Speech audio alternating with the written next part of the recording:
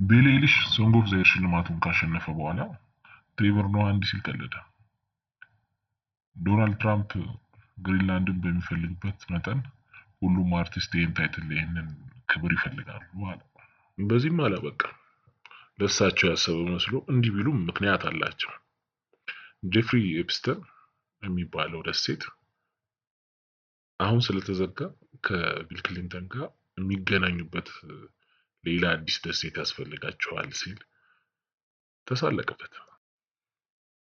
በእኔ ፖይንት ኦፍ ቪው የቀልዱን መራራነት ያጎላው የጄፍሪ ኤፕስተን እና የደሴቱ መነሳት ነው። ለምን በዛ ደሴት ላይ ይሰሩ የነበሩ ትላልቅ ወንጀሎች፣ የሴት ልጅ ንግድ፣ አደንዛዥ እጽ፣ የተለያዩ ያው መስመር የለቀቁ አጸያፊ ነገሮች ይካሄዱ ነበር በዛ ደሴት ላይ።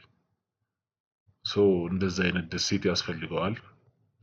እንዲሁ ሀብታሞችና ባለስልጣኖች የሚቀሉበት እንደ ጄፍሪ ኤፕስተን አይነት ፕራይቬት አይላንድ ያስፈልጋቸዋል። ዛስ ዋይ ግሪንላንድን በዚህ መጠን የፈለግከው ብሎ